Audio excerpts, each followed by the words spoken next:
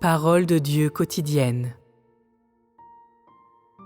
Tout le tempérament de Dieu a été révélé au cours du plan de gestion de 6000 ans. Il n'est pas révélé seulement dans l'ère de la grâce, ni seulement dans l'ère de la loi, ou encore moins seulement dans cette période des derniers jours. L'œuvre accomplie dans les derniers jours représente le jugement, la colère et le châtiment. L'œuvre accomplie dans les derniers jours ne peut pas remplacer l'œuvre de l'ère de la loi ou de l'ère de la grâce. Cependant, les trois étapes, étroitement liées entre elles, ne forment qu'une seule entité, et les trois sont l'œuvre accomplie par un seul Dieu. Naturellement, l'exécution de cette œuvre est divisée en ères distinctes. L'œuvre des derniers jours mène tout à sa fin.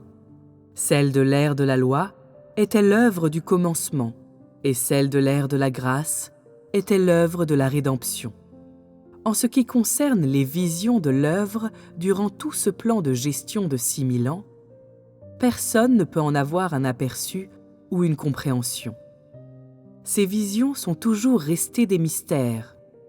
Dans les derniers jours, seule l'œuvre de la parole est faite pour inaugurer l'ère du règne, mais elle ne représente pas toutes les ères.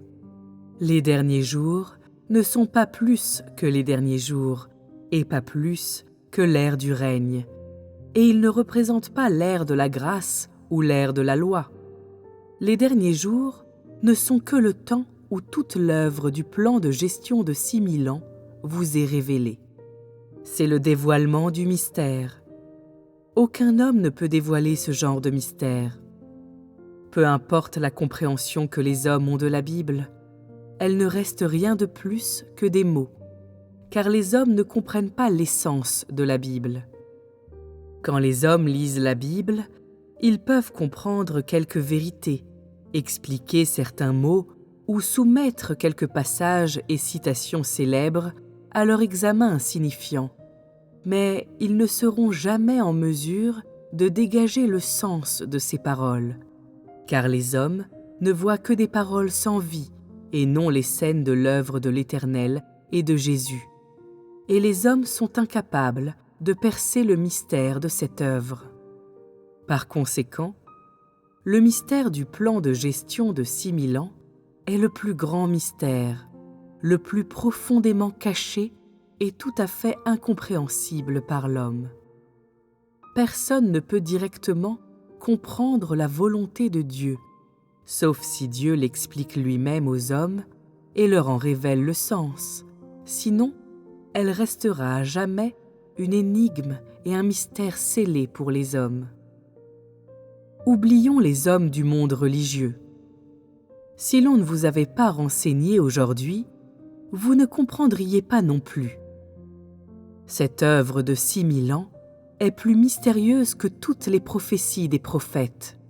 Elle est le plus grand mystère depuis la création jusqu'à présent, et aucun des prophètes à travers les âges n'a jamais été en mesure de le comprendre, car ce mystère n'est dévoilé que dans l'ère de la fin et n'a jamais été révélé auparavant. Si vous pouvez comprendre ce mystère et pouvez le recevoir en son intégralité, toutes les personnes religieuses seront vaincues par ce mystère. Il n'y a que cela qui soit la plus grande des visions, ce que l'homme désire le plus ardemment comprendre, mais aussi ce qui est le moins clair pour lui. Quand vous étiez à l'ère de la grâce, vous ne saviez pas en quoi consistait l'œuvre accomplie par Jésus, ni celle faite par l'Éternel. Les gens ne comprenaient pas pourquoi l'Éternel avait établi les lois, pourquoi il avait demandé à la multitude de garder les lois, ou pourquoi le temple devait être construit. Et les hommes comprenaient encore moins pourquoi les Israélites furent conduits hors d'Égypte dans le désert, puis en Canaan. Ce n'est qu'en ce jour que ces questions sont révélées.